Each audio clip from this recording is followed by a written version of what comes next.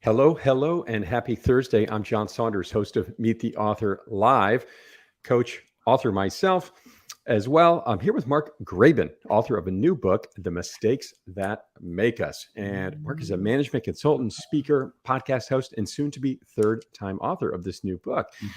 Mark's new book out as presale today on Amazon, wherever you get books online. Already a #1 preseller. Congratulations, buddy. How's that feel to see that out there? Thanks, John. It was exciting to see it out there. It's exciting to see some pre-orders on the Kindle version come in and to be ranking #1 new release in a couple of different categories. I'm really grateful. And I'm grateful to you, John, for doing the session tomorrow. I'm excited to be able to do that. So thank you.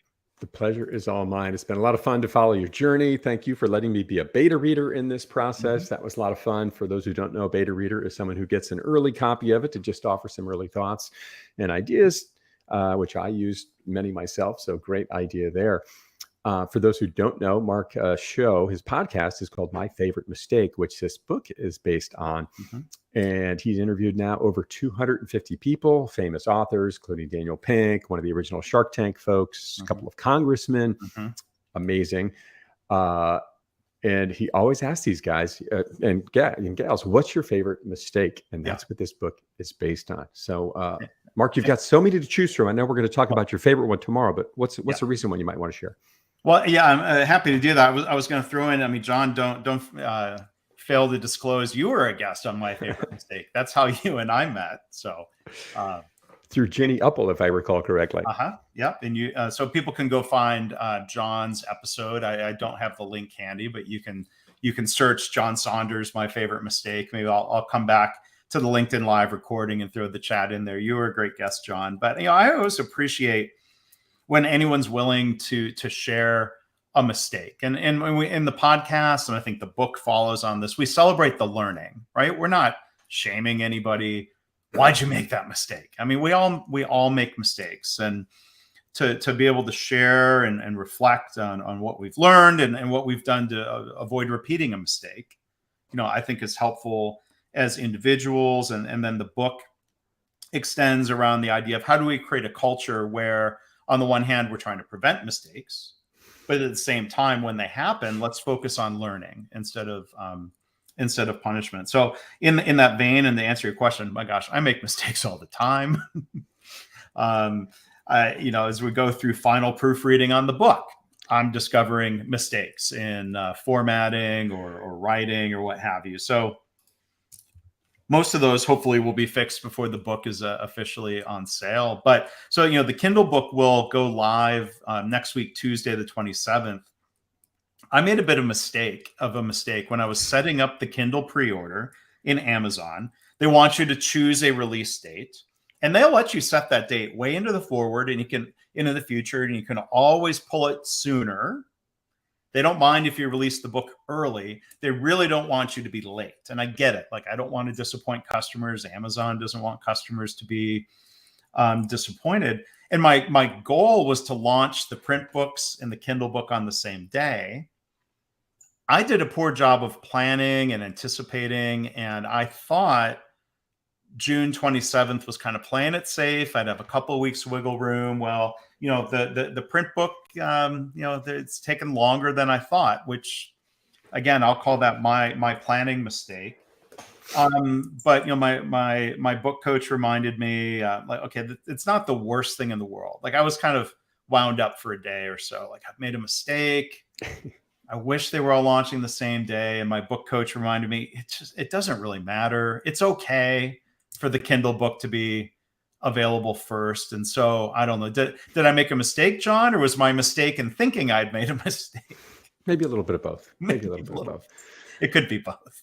I love how the mistakes never stop piling up for you, right? And all of us. And I also appreciate the fact that your work, your mission is to just really try to make them acceptable. Because when we sort of hide them under the rug or don't face them, right, then we lose the gift from mistakes, right? Which is so much of what your work is about. Yeah. I mean, I was with a client yesterday, and somebody there was talking about, I love the way he put it. Don't lose the opportunity. Make sure you take advantage of, quote unquote, the freebies. The mistake that's like a near miss or a mistake that didn't harm anybody, make sure you learn from that rather than dismissing it and saying like, oh, well, nobody got hurt. There's nothing to, if you wait and you don't take advantage of that freebie, it's going to be really costly, right? And human cost or organizational cost. And so that's why, admitting small mistakes helps us improve so we can prevent big mistakes. I love that. I interviewed a principal for my book that came out a couple of years ago, and she actually had a policy of celebrating mistakes, which I thought was amazing. And talk about a way to sort of empower people to take risks, right? Because at the end of the day, if you're not taking risks, you're not evolving the business, and where what are you doing? Yeah, and you're probably getting a little stuck. But I really loved that she did that. And what she learned was when she'd get her 45, 50 person team in a room and actually say, hey, what did you try? Didn't work out. She'd have everyone applaud. And what oftentimes happened was somebody would say, hey, if we make these marginal improvements, maybe it'll go better. And then it became this feeding frenzy of just great ideas. Yeah. I mean, I think there's certain mistakes that happen, like whenever you're trying anything new or when you're trying to innovate, it's inevitable there will be things that don't work out the way you expected. We could call that a mistake. But, one of my guests, Jim McCann, founder and now chairman of 1-800-Flowers, talked about in their organization, they do this. They celebrate mistakes and they have people share them. And the idea is learning from them and to try to be a little lighthearted about it. And take away the bad feelings people might have.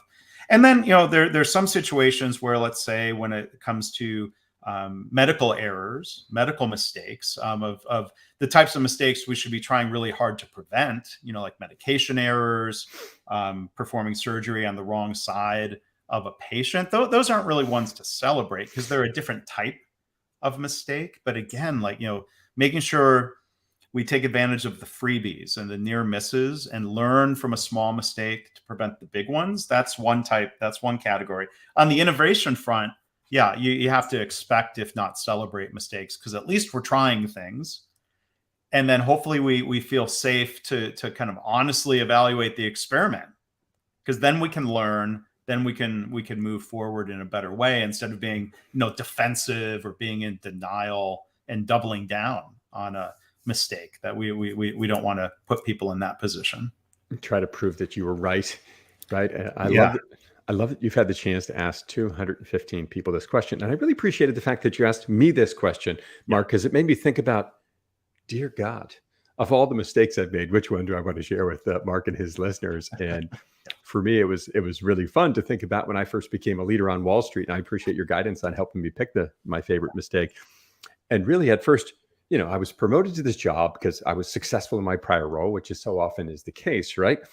And I was really just trying to turn everyone into a mini-me.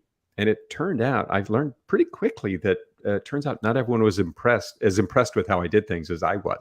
And it turned out to be quite a slow start to my leadership career. But once I got past that mistake and started to help empower them to become the best version of themselves rather than the best version of me, things got a lot better. So thank you for giving me the platform to share that story. Well, thank you for sharing it. And it sets a good example for others of reminding ourselves when we make a mistake, it's better to recognize it. Sometimes we may have a coach or a colleague who opens our eyes to the mistake, but then what you described there, John, of, kind of reflecting and changing our approach like that, that's worth celebrating. We're all going to make mistakes, so let's make sure we learn from them and improve and move forward. So thank you for the story and the example that you're setting. So my pleasure. And there's 214 others out there, ladies and gentlemen. So I dropped Mark's link to his podcast in the chat here. Mark is also doing a giveaway of his book, and it's still in pre-sale, so you won't get it for a few days yet.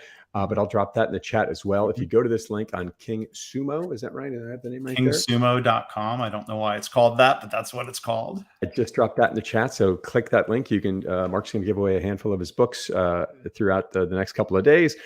And definitely join us tomorrow at 12 noon Eastern live on LinkedIn Live and YouTube Live. You'll see us on Mark's LinkedIn page and mine. Mine is JCS Optimizer. Mark's is M. Graban, right? I think is your LinkedIn page, which I dropped in the chat here as well. Yeah. And the first link in there is if you want to register with us. I can't believe it, Mark. We have about 750 people signed up already. Turns out mistakes are a pretty popular topic. I hope people don't think it's a mistake to show up tomorrow. Already a bestseller on Amazon, and it's not even available yet. I love that, and really liked how the cover turned out. If people can't tell, it's the one little thumbnail in the top corner there, and I think you have a copy handy. There it is with the beige bar across it because it's a test printing. I don't know why. Fine. Thank you, Amazon, for putting that gray bar across it. Nice. Well done. Any last words for our audience other than join us tomorrow at 12 noon? Yeah, I hope people will join us. Thank you, John, for hosting. I'm looking forward to the questions that you have and the live attendees. I'm curious to hear what their questions are too. Hopefully I have some answers. We'll come up with them. Well, thank you so much for listening in, everybody, today. Join us tomorrow at 12 noon, LinkedIn Live. If you miss it, you can certainly join the recording or listen to the recording on the same link, as well as on my YouTube page and Mark's page as well. Great to see everybody. We'll hope to see you tomorrow at 12 noon. Have a great rest of your day. Thanks, Mark. Thank you.